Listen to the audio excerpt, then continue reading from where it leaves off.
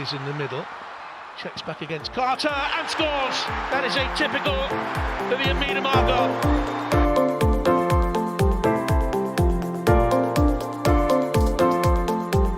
Quickly gets it back again. Oh, what a goal! Well, that sums up her season.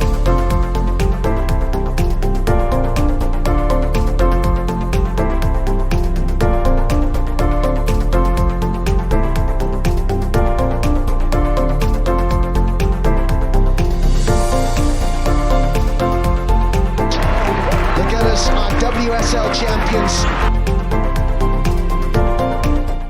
Well, get your passports ready, book those hotels, and start negotiating with your line manager some annual leave, because the Arsenal are going on a European tour. That's right. We've made it. We have made it to the Champions League group stage, and thank goodness for that. Yes, Arsenal triumphed over BK Häcken 4-0 at Meadow Park, a cracking night in North London, and that's where we're going to start on the pod today. And to do that with me is, of course, the magnificent Matt in the hat. Matt, how are you? I'm good, thank you. I'm looking forward to this one. Yeah, I think we all are. Sadly, Lottie couldn't be with us again tonight, so unfortunately, you have Adam Salter in the hosting chair. But we shall plough on regardless. Just an open question for you, Matt. Obviously, I was at the game. You sadly weren't. For those of us who had the fortune or misfortune of being at the game, the weather was horrific. It was torrential rain with wind that decided to blow all the rain into the east stand. So wasn't great from that perspective. So my question to you is, what's the worst weather you've experienced at a football match? Oh, worst weather. There's been a couple of times where it's been like icy in patches. I'm trying to remember a couple of games that I've been to, but I don't think I've been fortunate enough. I think the closest I've been to is the rain, like heavy rain. I think it was actually one year at Leicester. It was quite heavy. I think it wasn't last year; it was the year before. It just heavy rain, and it was just really unfortunate. But it's good you mentioned Leicester. We will cover the Leicester City game later in the pod. Obviously, I think that was a rather damp fixture last season. And I've always talked to people in the stands about some of the bad weather. Someone mentioned there was a Reading away game that was particularly bad, I think a few seasons ago. For me, it's unquestionably Ajax away in the Champions League. I was talking to people who go to the games will know who Brian is. I was speaking to him before the game and said it's like this all over again. And of course, Ajax in that sense, it was the second leg of a two-legged playoff to get into the Champions League group stage.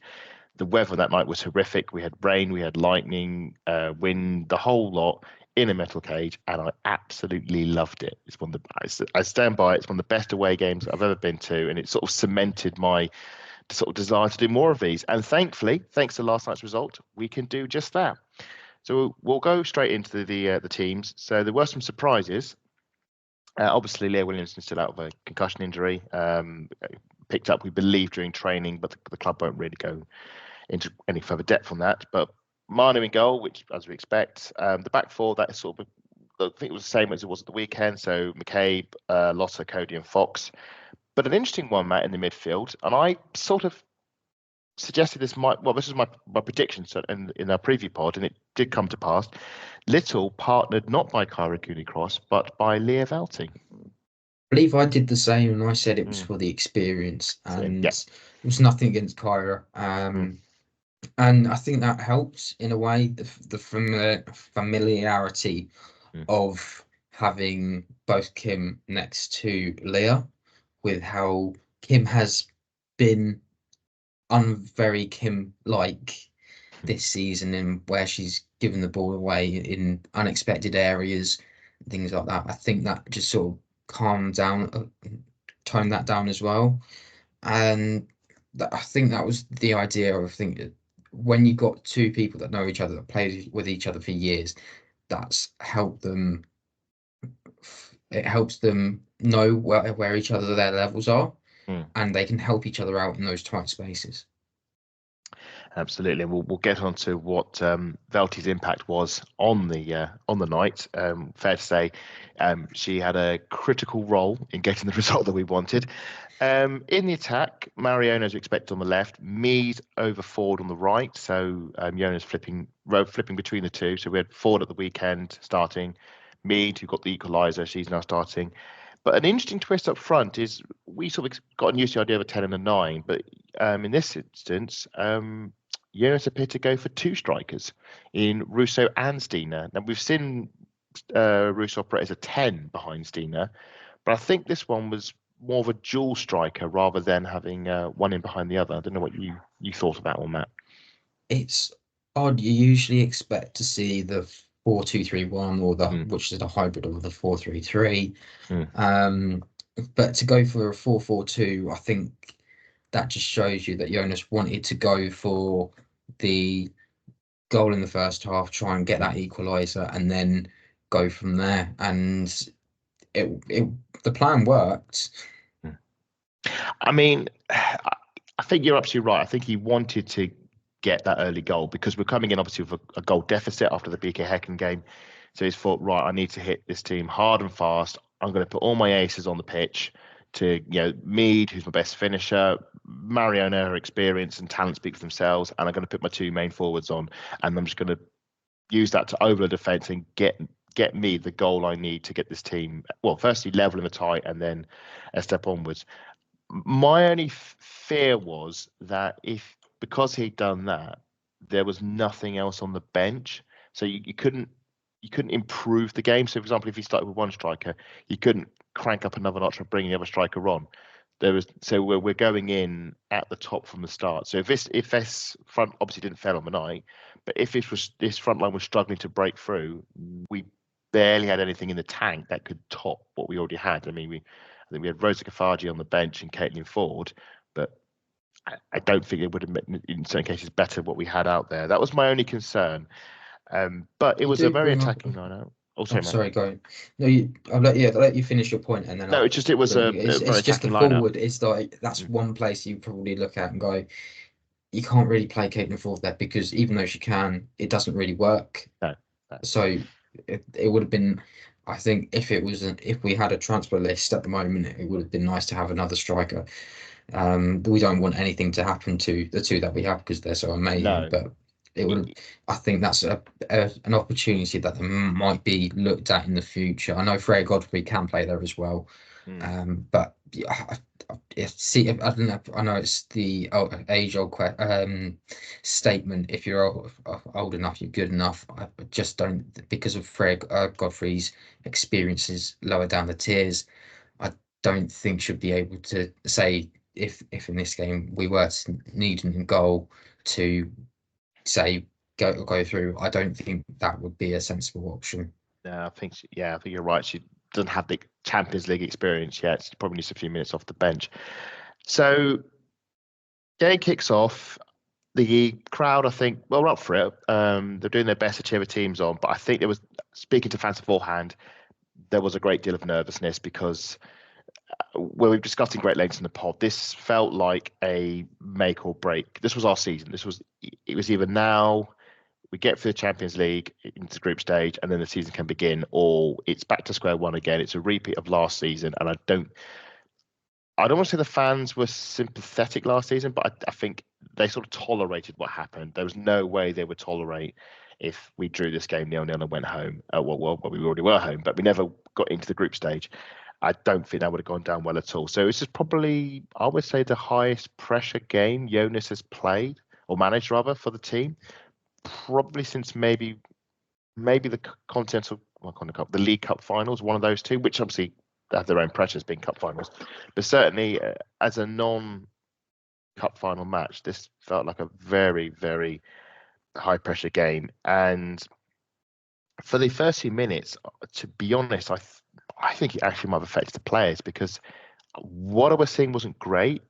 Mead missed a very good chance in the first 5 minutes or so. She hit a shot straight at the keeper, which I think she probably should have scored with. And BK Häcken had chances. There was a scramble in the box and they scuffed an effort wide. And watching that, I thought that they were going to tap that in for 1-0 the night, would have been 2-0 aggregate and would have given us a real mountain to climb. And then Lottie gets booked for what I think is one of the one of the most cleverly executed cynical fouls.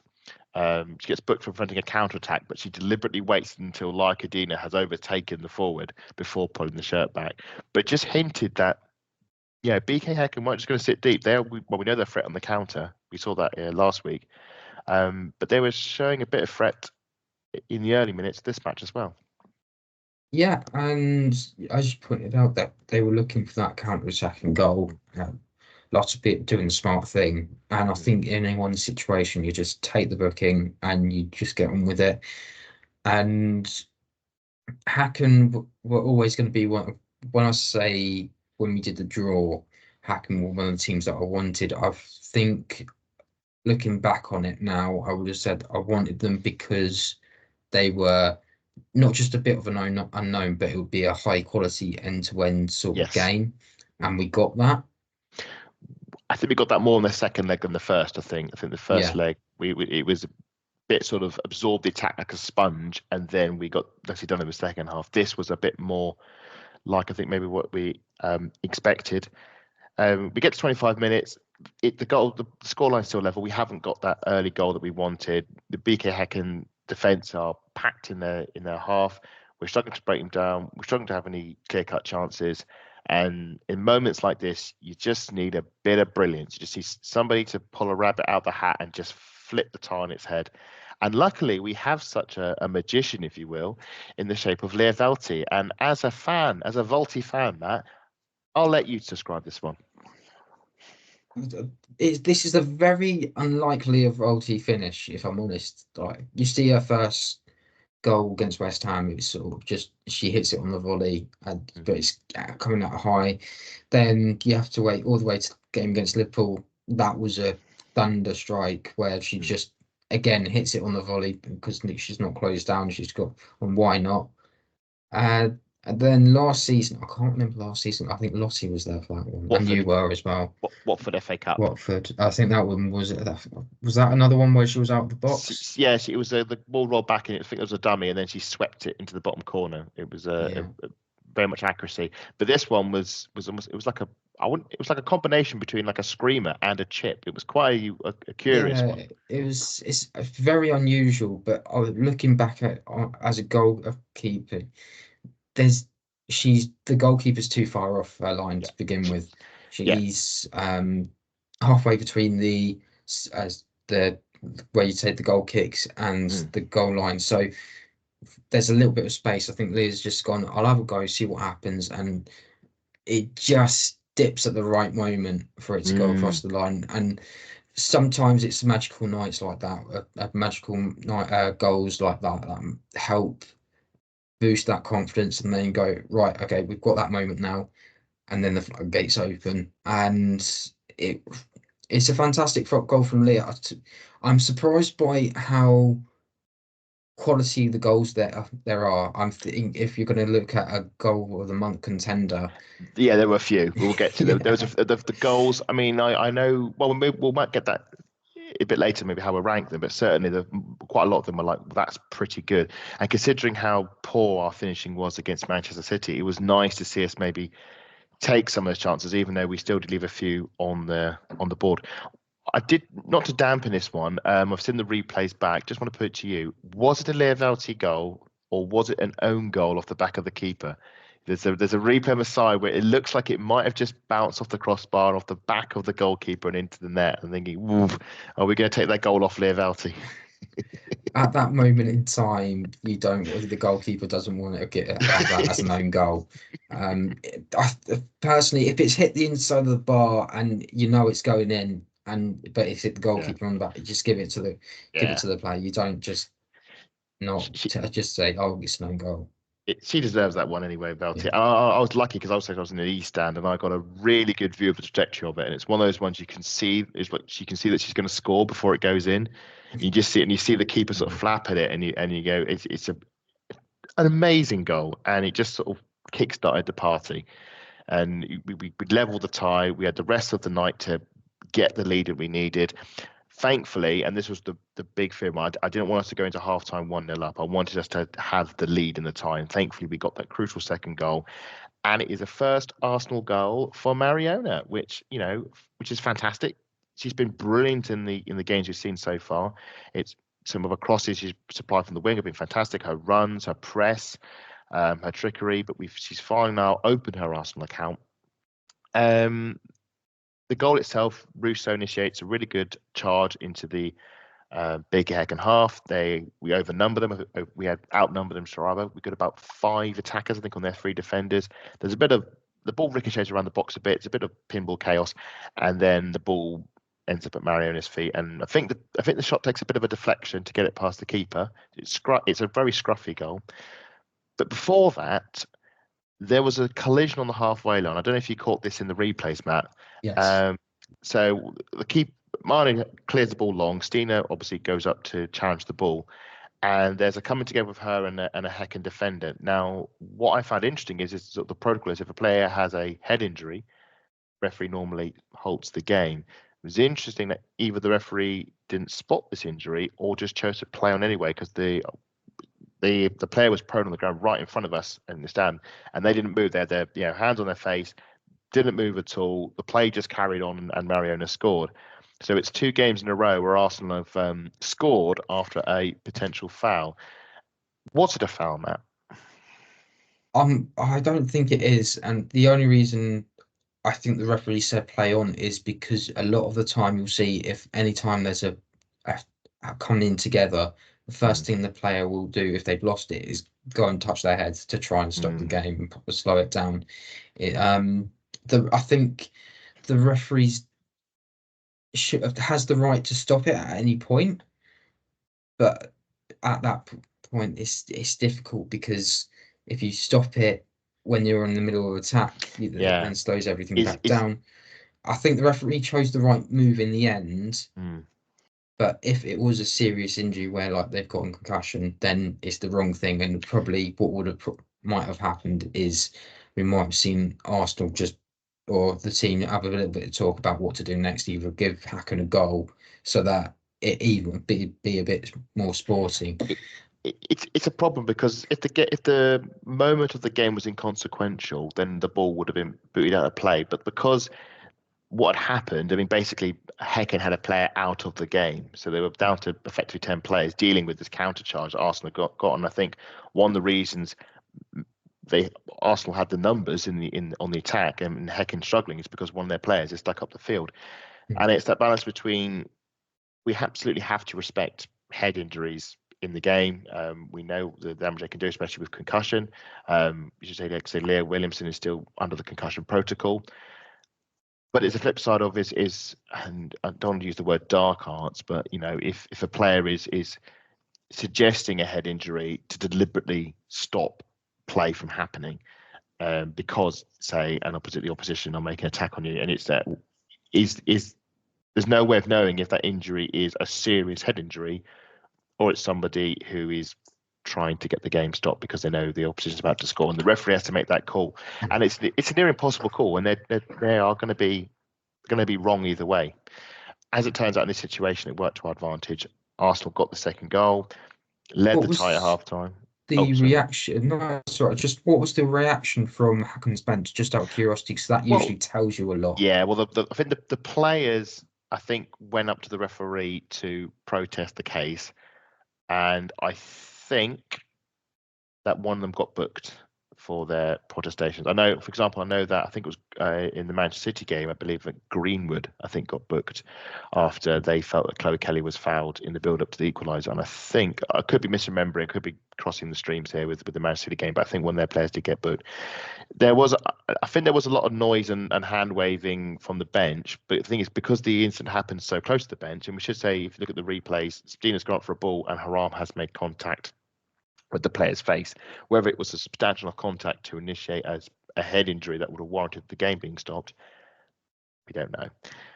In the end, Arsenal took advantage of the situation, and it was a bit of a scruffy goal, but Mariona gave us the lead just before half time. We're going 2-1 up, Matt. What were your thoughts?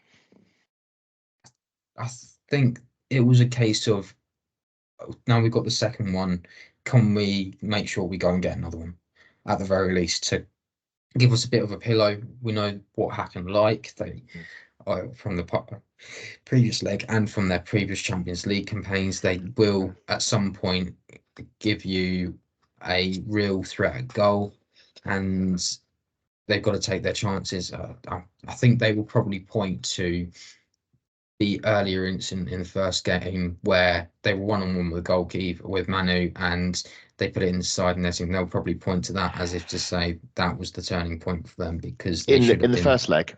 Yeah, there was, it's just a good point. There two good counter-attacking moments, very good moments. They scored one of them, but the other one, it was the early one they got, and they hit the side netting. And you do wonder if they'd come away from Sweden their own with a 2-0 lead, I'd have had my doubts about Arsenal. I think the best thing to come out of that first leg was the fact that Arsenal was still in touch. It was only a 1-goal deficit. The tie was far from over. I was impressed with the game. I don't think we were perfect. I think there were bits of sloppiness, which I put down to probably the nerves because of what was at stake here. This was a make or break for their season. They had to get it right, and I think the one where Lottie got booked for, that comes from Fox misplacing a pass backwards and the opposition running onto it. I mean, someone like Fox, you would never expect to do something like that. I think as the half progressed, we got the goal from Velty. I think that it was a perfect nerve settler for the team and for the fans watching, and we could sort of enjoy the occasion. And second half, it was an absolute dream. I think we can agree we got the perfect start for second half. Beth Mead, as a cross comes in, it gets cleared, it's headed back into the box. Mead flicks the ball over the defender that's marking her, spins, and then just smashes a volley past the keeper in front of the North Bank, and that's it. It's with about 40 minutes left to play, but the game's over. The tie's over.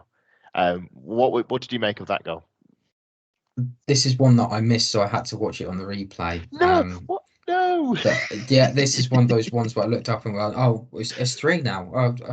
Okay. It's one of those ones where I kind of think that Beth worked her magic, and but I also think there's a little bit of frustration when she had hit that shot. She just let out a lot of frustration and goes into the back of the net. But that's what the best players do, is they get their goal, and they might not be playing their best football, but they're scoring for fun. That's two games in for Beth now, which is great to see. So she's picking up a little bit of form.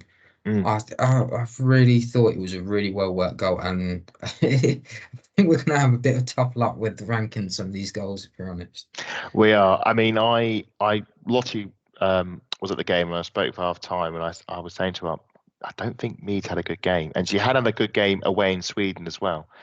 And I was watching that first half, and I mentioned earlier she'd missed that chance, hit it straight at the keeper. There was a few other moments, chances. I don't think she made the right decision, but I always say, form is temporary, but class is permanent, and she's got that in her locker and just took the game away from Häcken. Whatever talk they may have had at halftime, saying, "Don't worry, it's only 2-1. Overall in the tie, we can get back into it if we get a goal, unnerve the crowd." No, 5 minutes in, game's over. Mead, smashed a volley in from the 6-yard box, but a beautiful bit of control to do it. And I think after that, it was just when's the fourth goal coming? Because I think everybody else just sort of realised that Häcken were done. I don't think they offered any semblance of a threat after that. There might have been 1 or 2 forays into the half, but I think we looked pretty comfortable defensively. And the only question was the fourth goal. We should have scored a fourth goal much earlier. I think Stina actually scored a goal, which was fantastic. He just got ruled off for offside, an annoying technicality. And Mariona had an absolute shocker of a miss. I don't know if you missed this one. Again, we talk about the high press and trying to press defenders, and Häcken tried to play out. We pinched the ball off their defence, and then Mariona prodded it wide. Should have been 4-0. 4-0 did come along. We'd made some changes. We brought on the likes of Cara Cooney-Cross. We brought on the likes of Ford and Frida Mornham, and they all combined, which I think is one of the if the goal against Velty and me, if those goals were, say, individual brilliance, this was a real team brilliance goal. Yes, and it was a really fantastic display of where the team are. I don't think. I think a lot of the time when we talk about our goals, they're either individual brilliance or it's the team goal, a team goal. So I remember the Chelsea game where Victoria Palova's got a back towards goal. I can't remember when the cross comes in, but she just plays it off to Beth. Beth sends half the Chelsea defence for a hot dog and then smashed it into the back of the net. It's just it does feel a lot of the time that these sort of things happen, and it is a team game. I think a lot of us do forget that at sometimes. It's not just about the one player that's better than the rest. It's about being part of a team, and when you get those team goals together they are really special. So in this instance, defence clears the ball up towards Stina, who plays this lovely sort of bounce pass off her. She's got it back to goal. So plays it back towards the midfield, and Kara picks it up and then just pings a superb switch of play straight over to Ford on the left-hand side. Tucks it back. Frida, a bit like at the weekend, is running, making that late run into the box, rushing onto it, and just sweeps it home into the bottom corner, in front of the North Bank. It's 4-0. Game's over. Tie's over.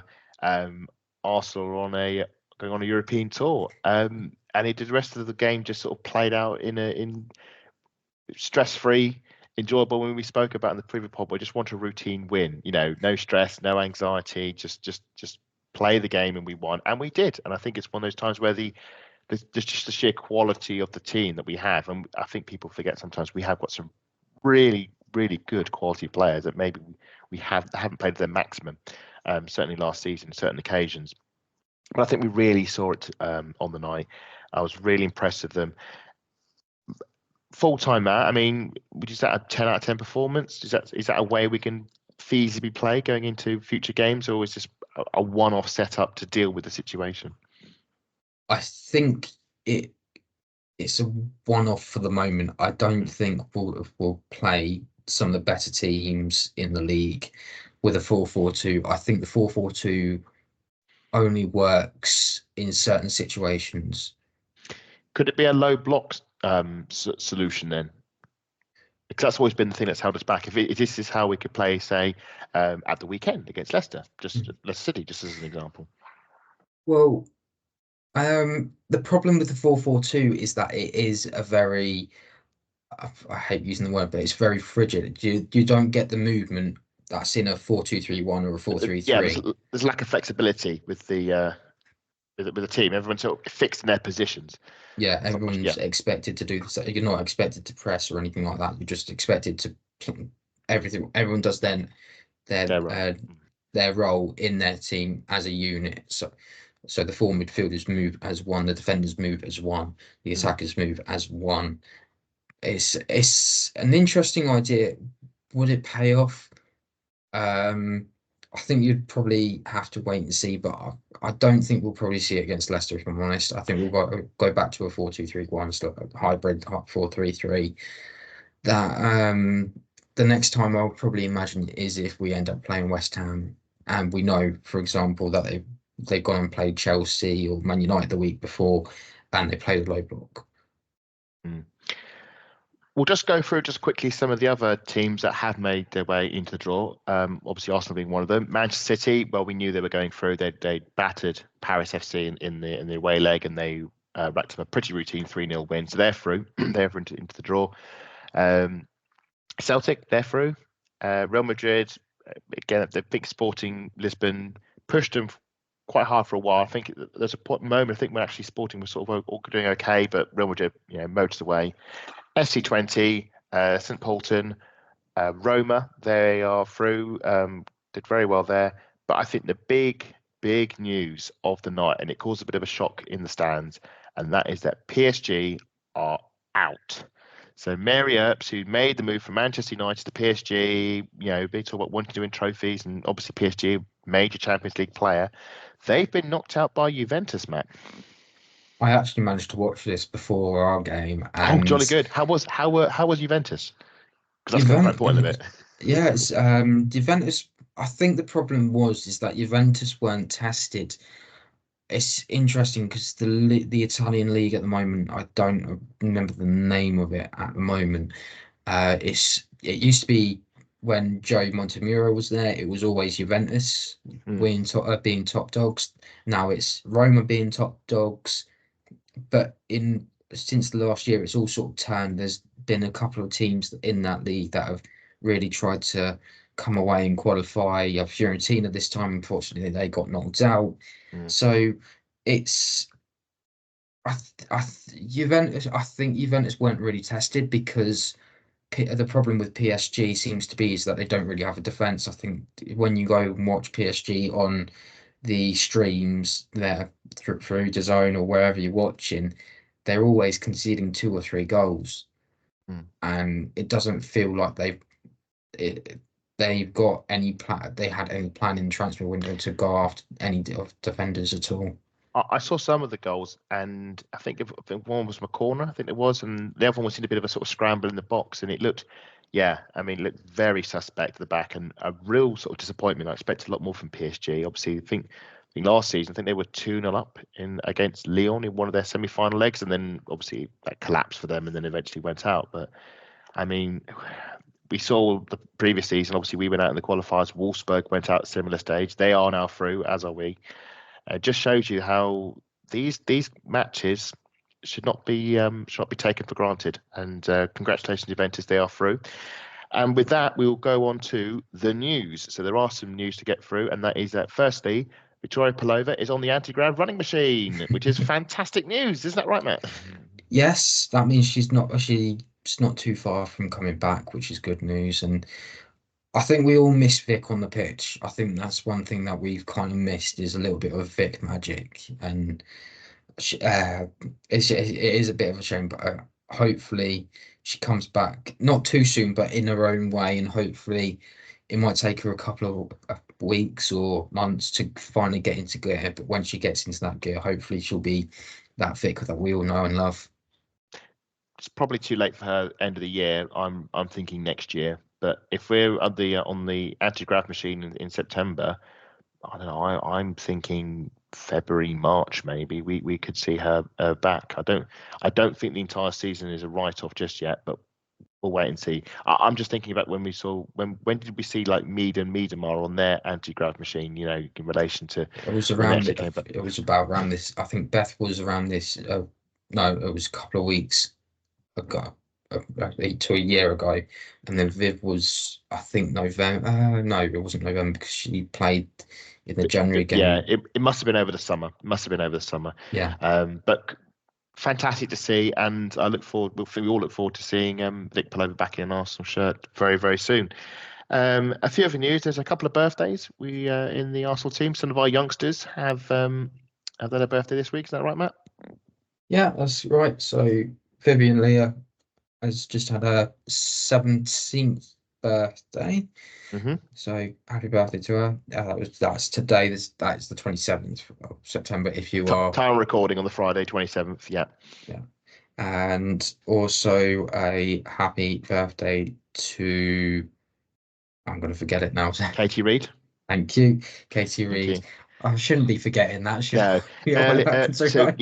Earlier in the week, it was Katie's birthday. So massive happy birthday to Katie Reid and Vivian Leah. Hope you both had wonderful days. The big news, obviously, as we are through, we were in the hat, the draw was made at time recording, well, today. It was on the Friday. And Arsenal, Chelsea and Manchester City all in the hat. So I think the first time since this group stage format has been created, we've got 3 English teams in the draw, plus Celtic from our neighbours in Scotland. So Arsenal, God, I think I quite like this draw. It's not an easy draw, but I like it. So Bayern Munich, they were the pot 1 team we drew. I think out of the options we could have had, I think Bayern was probably our best bet. Although 3 because of what Chelsea were in the first pot. So. Yeah, so obviously we couldn't get Chelsea. We couldn't get Lyon. I wasn't too sure why we couldn't get Lyon. I'm sure there was a mathematical reason for it. I think we could only get Barcelona or Bayern Munich when the draw was made. But do you remind me, who is the manager of Lyon now? Lyon, it's Joe Montemurro. Yeah, that would have been interesting. Going to Lyon, because obviously we'll get on to Juventus a bit. When we played in the Champions League group stage last time, we were against Juventus, and that was Joe Montemurro managing in that one. So it would have been interesting if we had drawn Lyon and been up against Joe again. So that's interesting. I think Lyon they got, I think Wolfsburg was their draw. They got Chelsea, got Real Madrid, but Manchester City got Barcelona in their group. I mean, how excited are you for that, Matt, to see Vivian Miedema against Barcelona, and all the talent obviously that Manchester City have, like Bunny Shaw, Chloe Kelly and Lauren Hemp. That's going to be quite the tie. And we should say that Manchester City actually did beat Barcelona in one of their previous Champions League runs as well. Yeah, I think it's going to be very closely thought for. I think it will be one to definitely keep an eye on, just because it's going to be one of those games that you don't know what's going to happen, but you would expect Barcelona to win, but it'll be by how many? I think, for me, I think Manchester City and Gareth Taylor managing, I think he'll back his team to just go what they normally do, which is high press, all out attack. I'm going to stick my front three, high press onto Barcelona and back them to use that style to beat them. That's how he'll play. I don't see him going, we'll go low block, we'll defend deep, we'll try and ping on the counter. He's just going to go, we're going to play our way, and that's going to be fine. And if he does that, I'm really excited to see what happens. That'll be interesting as well, because this will be the first time City have got into the group stage, and we're yet to see them play in the Etihad properly. Are they going to play in the Etihad? Have they said that they're going to or not? I mean, we'll get on to what Arsenal are going to do. I hope that they do. It'll be a real shame if they just stick to the Joy Stadium, because it's not really fair. I can understand for maybe Hammarby and Bolton, who they have also got in their group. Yeah. But for a big game, Barcelona, who have a lot of travelling fans as well, you'd expect them to say, look, you need to play this at the Etihad. It would not surprise me if Manchester City played Barcelona at the Joy Stadium. It really wouldn't. And I think you're right, Matt. It would be a shame. It's a fixture that deserves to be at the Etihad. As you mentioned, I think it was St Polton and what was the other team they got in their group? Sorry, it was St Polton and Hammarby. Hammarby, that's the one. So St Polton and Hammarby, they got them, and Celtic were in Chelsea's group. We got Bayern Munich, as I mentioned earlier, Juventus, and Vålerenga, who the latter we've never played in the Champions League before, as far as I know. So that's an interesting one. That's in Norway. So anyone fancying a Nordic trip, this is the one for you. But I'm very excited because Bayern Munich and Juventus, we played those teams in the 2022-2023 run, and I did both away trips, and I love both of them. So I'm really excited with the prospect of going and redoing those trips again. So Bayern Munich, Arsenal, Juventus, and Vålerenga. We don't yet know how this is going to be arranged in the different match days between now and Christmas. That will be sorted out over the weekend. So by the time we listen to this, it probably will have been decided. But Matt, how excited are you for the possibility of a few European away trips? I'm looking forward to it. I think we've got a very...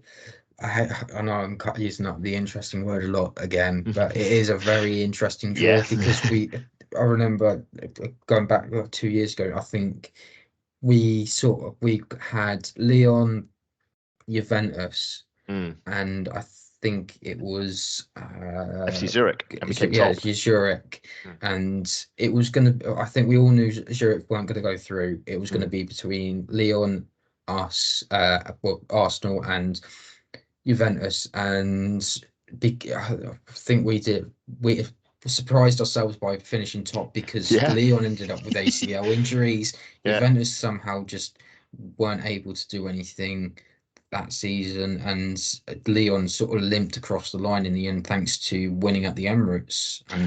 So that one, I mean, the 5-1 win in Lyon is one of the great European away performances by Arsenal. I'm watching it on the TV. I was flabbergasted because Lyon, we should say at the time, were the reigning champions. They just beat. In fact, the previous Champions League game they had played was beating Barcelona in the Champions League final, and then we rocked up at their place opening night and won 5-1. Absolutely incredible.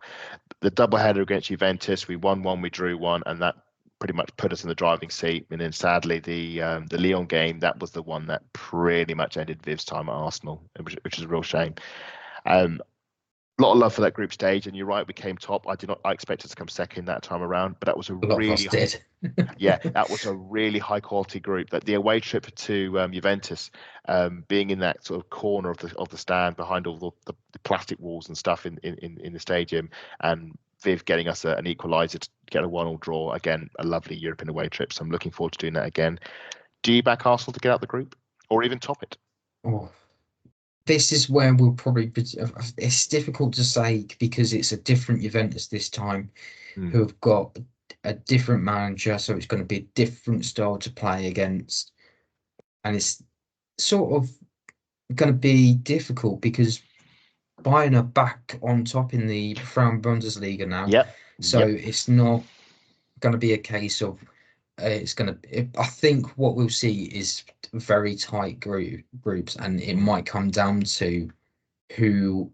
It might end up being down to goal difference, and if that's the case, if we can get a couple of clean sheets, I think I would back us to definitely go through. But if we weren't to get out, say on goal difference, I would probably say that's fair enough. We should just say on that the Bayern Munich are not the same animal they were because last time we played them, obviously we won 2-0. The Free Lars Morning Screamer, which is doing the rounds again, which is always great to see that goal at Emirates Stadium. Bayern Munich are a different animal now. They've made a few more quality signings. They've brought in there. They are the team that they've taken over from Wolfsburg as the dominant team in the Frauen Bundesliga. So that's going to be a tough game. But I think compared to playing a team like Barcelona, I'd rather take Bayern Munich personally. Juventus is probably going to, as you say, is more of an unknown, and the fact that they've beaten PSG shows they're not to be underestimated. And I think, like last time, it's going to be on the home and away games. If we can get something away in Juventus and win the home game, that probably puts us in a very good position.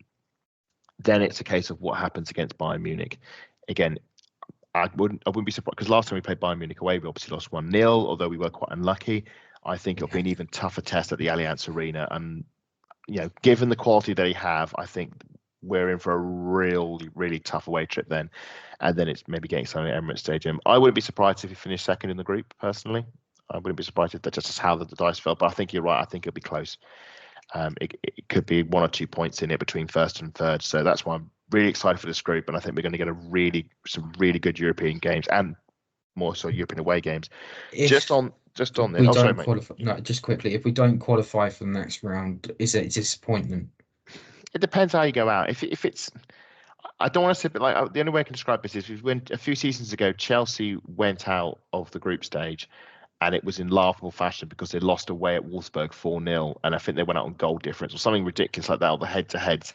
I don't want it. If we're going to go out, I want to be in the sense of, we played our best. There were some tough games in there. A few marginal calls didn't go away. That's the way it goes. If we get our trousers pulled down and we lose 4-0 at home to say Juventus or something, and that's how we go out, I think there'll be a lot of people going, that wasn't a good one. But I just want to enjoy the moment. We've got 6 brilliant games coming up, and we should say 3 of them the home games will be at Emirates Stadium, and I think that's absolutely brilliant. Same as it did last time we got to the group stage. So that also now means that 3 of the league games are going to be at Meadow Park. Meadow Park is now gone until the new year. So the early rounds of the FA Cup, the League Cup, when that draw happens. So we are straight into the knockouts for the League Cup, straight into the quarterfinal stage. So no away trips to Southampton this time around, Matt, unfortunately. It's straight into the knockouts for us there. So it's Emirates Stadium for WSL and Champions League matches. Thoughts on that, Matt? That's another big push towards a progression of the game. Us making, it's been said obviously over the summer, the fact that Emirates is now home, but it's now the reality with the Champions League moving in there this season. Yeah, it's just going to be a interesting point about the attendance. Not on. I think the last time we played Barcelona, there it was roughly just over 10,000. And was it that season we weren't getting very many at the Emirates. No. So I'll be interested to see how many would be in the numbers. Luckily, the Emirates. I'm sorry, I'm getting the Emirates tickets that you've got, not the season tickets. The home advantage. The home advantage pack. Thank you. Yeah, they've been included. So well, some of them have, some of them haven't. Mm. So that's probably, you're looking at roughly, I'm going to say about potentially maybe 5,000, maybe less at the moment. So it'll be just trying to boost those numbers and hopefully get over that 10,000 mark and make that a statement for Champions League nights. I mean, the previous campaign we did when we had Lyon and Juventus and FC Zurich in the group stage, the home attendances weren't great at the group stage level. They improved dramatically as we progressed with the competition to that memorable game against Wolfsburg. And the same sort of phenomenon happened with Chelsea last season. Not great in the early rounds, but got better as the season progressed. And then you had the game against Barcelona in semi-final. There's a bit of a discourse about attendances this season because of the no line S in the tournaments over the summer. So whether that's had an effect, and we only got, I say only, that sounds quite bad, but we got 41,000 at the Emirates for the Man City game, and then Man United only got about 12,000 for their game against West Ham at Old Trafford. So I'm curious to see if we will see an improvement on the attendances for the group stages. I'm not expecting 60,000 people to turn up to watch us play Vålerenga. I think the big game is Bayern Munich, and see if we can generate some interest there. But to be honest, I think we'll probably be looking at the lower tier. I don't think we're going to get any upper tier tickets sold. It's going to be lower tier. And I think you're right, Matt. I think we're going to be looking maybe around 10,000, 10 to 15,000. But prove me wrong, Arsenal fans. By all means, do make these European nights as big as the men's ones. Because that's the other thing. We've got men's and women's European nights at Emirates Stadium, group stages at the same time. So there's a lot of games to get down to. And if you want a reasonably priced night at Emirates Stadium to watch some European football, I can heartily recommend the Champions League. We will move forward, though, to something that's happening a bit more recently, and that is, of course, our trip to Leicester City at the weekend, which isn't it great how these games have feel so much more positive now because of this whole, we've got part of the Champions League, so we've now got the rest of the season to look forward to, and first up is our trip to Leicester City. Now, I'm going to this one. Are you coming to this one, Matt? I am indeed. First away game of the season. I'm looking forward to this. The last one I couldn't go to because they moved it to the 6:30 TV slot, and it was just difficult to get back. Which last season was the very eventful. Let's just say that. Yeah, we'll go over that. So just the last three visits. So the first time we went there, we won 5-0. And then after that was a 4-0 where Steph Catley scored. I think it's what's known as an Olympico, straight from the corner. But last season's game was one of the games of the season, and it was one of those games I really thought, this team has clicked. It didn't quite work that way. Were you there for that one, Matt? No, I couldn't get it because of the 6:30 kickoff. 6:30 kickoff. So it was 6:45, wasn't it? So yeah, something like that. Yeah. So it was a Sky slot. So Leicester City go 2-0 up at half time, and I'm scratching my head on this one, thinking how on earth has this happened? Because Leicester City never score against us, and we always beat them. Matt, just enlighten us. What happened in the second half against Leicester City? Something clicked, and we ended up going scoring 6. 6, yes. Do you remember the goal scorers? This is a nice little trivia one for you. Mainly because Caitlin Ford scored a chip, and was it Katie Schreier attempted that in the first? No, sorry, Vic Schreier attempted that in the first half, and like Eliza just saved it, managed to save it. Lena Hersey got on the score sheet. She did. Chloe Cass got on the score sheet. Alessia Russo got on the score sheet. I'm missing 2. Yes, you are. No, go on, fill in the rest. Victoria Pelova. Oh yes, she's right. Yeah, she bundled one in, and I think Stina Blackstenius got the other one as well off the bench. But it was mad because it was like a 5 minutes or 10-minute spell where we got like 4 goals. Just every attack became a goal, and Leicester City just did not twig what we were doing on the counter, and it was just time and time again. It was crazy to watch. We ran out 6-2 winners, and I think that was the game where the Lacasse chant really sort of kicked off the 24 chant, which you should say has got a new lease of life now. It now appears to be Caitlin Ford's chant, so it's in its new wave at the moment. So keep an ear out for that at the next game. But that was doing the rounds at Meadow Park the other night. Just quickly on chants, we should say Rosa Kafaji has got a new chant. I don't know if you caught this on at all, Matt, in the socials. Yeah, we've had a little bit of talk, haven't we, in the group? There's some discussion about swearing and things like that. I for one, I think it's a cracking chant. So do keep it up. It's been doing the rounds. I can't remember what the name of the song is. It's the one is the "You're Too Good to Be True" song. But I can't remember. I've got it in my head. Frankie Valli. Yeah, no, and the it's one of the Four ones you would know Seasons. if you can't get my eyes off of you, I think, or something like that. Yeah. Anyway, so Matt's expert karaoke there will hopefully get you on the right track. But it's I like it because it's a nice brass band number, and I think the band at Emirates Stadium will certainly do it justice. So I'm all for it. It's a repeatable song. You can do a few loops, and I hope we get to hear it at Emirates Stadium soon. Though I know some people, as you say, take your eyes off you. That's the one. There is a discussion about there is a discussion about profanity in the stands, but I think it's something that's so ingrained in football culture. Some people aren't for it. I personally don't mind, but we'll see how that one goes. Going into this game, both teams came off draws. Obviously, we had a very exciting draw against Manchester City. I don't think the Leicester City draw with Liverpool was much. I don't think it was as exciting, shall we say? And I think you gave a pass on that one. Quick shout out: Ruby Mace is playing against the Arsenal. She was an academy player of us, then went to Manchester City, went on loan to Leicester City, and now is permanently at Leicester City. That is where she resides now. Matt, did you ever get a chance to watch Ruby play? I did, but that was during the lockdown season. She got a couple of games, and from there it was just little glimpses, and you're kind of thinking she could potentially be playing in that midfield, or she could play in that centre. A bit similar to Katie Regan. But you're hoping that she'd sign that contract. She didn't. She decided to go to Man City, and he's sort of thinking at that point, I don't think she sort of understood whether or not she was going to get game time. I don't know if she went there just for development or whatever the decision was in the end. But I think she only managed roughly about 5 appearances in all competitions for Man City. It might even be a bit more higher than that. Might be around 10. I know she was very highly rated. I know there's a lot of support for her online. People really wanted this roommate to work at Arsenal. Seeing her go to Manchester City, I remember people sort of saying this was like a sort of a statement of where Arsenal were sort of in the lead. That the players would rather go to Manchester City than stay at Arsenal. Although, as it turns out, as you say, Matt, I don't think she got much game time when she was out there. But she's at Leicester City now, and obviously wish her all the best. And hopefully she doesn't score against us at the weekend.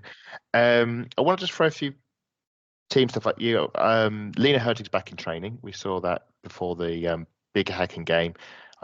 We don't know yet if she's in the squad. I don't think Steph Catley will be. Leah Williamson is a big question mark. Do you think she'll be in for the Leicester City game, or should she even start? Because Lottie and Cody did all right midweek. I think with the concussion protocols, it's 10 days, but she will be checked by the medical team, so it'll be a case of what their thoughts are. I personally, I'll give it 10 days. If that 10 days started, say, on the Saturday, that means that she'll be available for Everton. So I think she would probably... Everton? Oh, you mean the week Everton after? Next week, yeah. Next week, okay, yeah. Not for Leicester. It's going to be one of those ones where it might be a close call. I just, at this moment in time, if you've got a head injury, just no, not back on the pitch, not yet. I don't think there's any rush anyway, because like I say, we've got Lottie and we've got Cody, and they seem to be doing all right at the moment. And hopefully they should be sufficient enough. I mean, they were able to hold out BK Häcken, so hopefully they'll be enough to hold out Leicester City. One player we haven't seen play for Arsenal, one of the new signings, is Daphne van Domselaar. Manu's played a lot of the games, all the games, should we say, so far. Do you think this would be an ideal game to give Daphne a chance between the sticks and give her a game? I mean, when are we going to? We've got it's just WSL Champions League between now and Christmas. I don't think we're going to throw Daphne at Bayern Munich away. Is this not the ideal game to give her some game time rather than wait until the League Cup starts in the new year? It is one of those games because in the past Sabrina has been playing this game. It's a new manager again, so you don't know really much apart from going back and watching it. It might be a case of that Daphne will be playing this game. If she doesn't go in this one, I think she'll probably play against maybe against, say, West Ham or probably Palace in the league. I'm expecting Daphne to definitely start against Valencia. That's what I was going to say. I think home game against Valerenga, I think she'll get a game. Because I remember Kaylin got that game against Zurich in the last time we did this run. But I'd like to maybe see her given a chance. I think this would be the ideal game to do it, but we'll wait and see. We're going to go on to some team predictions, score predictions. But just before that, I did say we were going to rank those goals. So I've given you enough time to think about this, Matt. I wasn't going to let you off the hook that easy. Those were the 4 goals. Obviously, we had the Volti Screamer, the Mariona Bundle, the Mido Magic, and the Marnham Counter. Well, very quickly, how are you going to rank them? So I'll go with the Bundle being 4th. I think I'm going to put Leah 2nd. Beth, no, sorry, the team goal. Mariona's Bundle 3rd. Yeah. 2nd, I'm going to go with the team goal and Beth 1st. So Beth, so where are you going to put Volti? Sorry, Volti. Oh, I thought I've done it completely wrong. You've done it completely wrong. Right, 4th, the Bundle. Yep. 3rd, Volti. Yeah. Then 2nd, Beth. Then 1st, the team goal.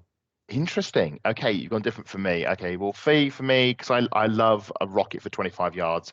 Velti's the 1st for me. Then it's the Mido goal. Then it's the team goal, and then it's the Mariona Bundle last. That was probably the lesser of the goals. But no, for me, if you score from range with a lot of power, I'm all over that as a goal. So Velti wins it for me, and we should say Velti rightfully won player of the match as well. Congratulations to Velti. Great to see you back in the team. We're going to go on to team predictions. So the obvious one for you, Matt, is Velti going to start this one as well? It depends how she's feeling because she's coming back from injury. So you never know if she might need to get a little bit of rest. The alternative is that maybe Kim might be given a rest. Well, this is the thing, yeah. Of how many minutes Kim has been playing. We talked about Manu. Maybe this might be the ideal one where you might say to Kim, look, we're just putting you on the bench. It's only just for this game. You will come on whether it's the 60th minute or 70th minute. But maybe it might be one of those ideas to maybe test it out a little bit see what the Leah Kyra sort of combination would look like. We should say this time when we played this game last season, we didn't have Kim Little or Leah Velti. It was a midfield of Pelova and Kyra Cooney-Cross, and we got over the line. I think Kyra's offered enough to suggest that she should be starting. She was quite instrumental in the 4th goal and she against BK Häcken, and she was quite good against Manchester City. I think it's a good shout. I think you could get away with benching Kim Little, and I really do think we need to start managing Kim Little minutes. I don't think she can play every single game. I think we need to start doing that, and I think Leah Velti and Kyra in the midfield, I quite like that idea. I think we could probably say defence will probably pick itself. Yeah, that's only because of injuries and things like that. Yeah, and then in the attack, we've got an embarrassment of riches there. I don't know if Lena Hurtig's going to be fit, but based on what we've seen so far, what's your front 4? Front 4, I think we'll see Frida in the attacking midfield role, which probably means Stina will start this one as the striker. I think then you're going to have Mariona on the left, and I think we'll still see Beth on the right. I'm going to throw a curveball in this one. I agree with the Frida and the Stina, but I'm going to put Rosa Kafaji on the left, and I'm going to put Ford on the right. And I'm just thinking of keeping those wingers fresh. Mariona's played a lot of games. Mead started midweek, but she's rested for the Manchester City game, and I think it'll flip back over. I think Ford will take the league game on the right, and I think he might give Rosa a game, or he might even keep Mariona and play Rosa as a 10. But I think stick with Stina, and I would because Stina loves the goal against Leicester City. We've seen that. I would go. I think give Rosa Kafaji a game. But we need to get her more integrated in the attack, and I think Leicester City would be the ideal game to do it. And as for goalkeepers, mine will probably start, but I'd like to see Daphne Verdomselaar in goal. Before we wrap up, just a quick score prediction from you, Matt. Historically, this has been a high-scoring game from Arsenal. Can you see it being different this time around?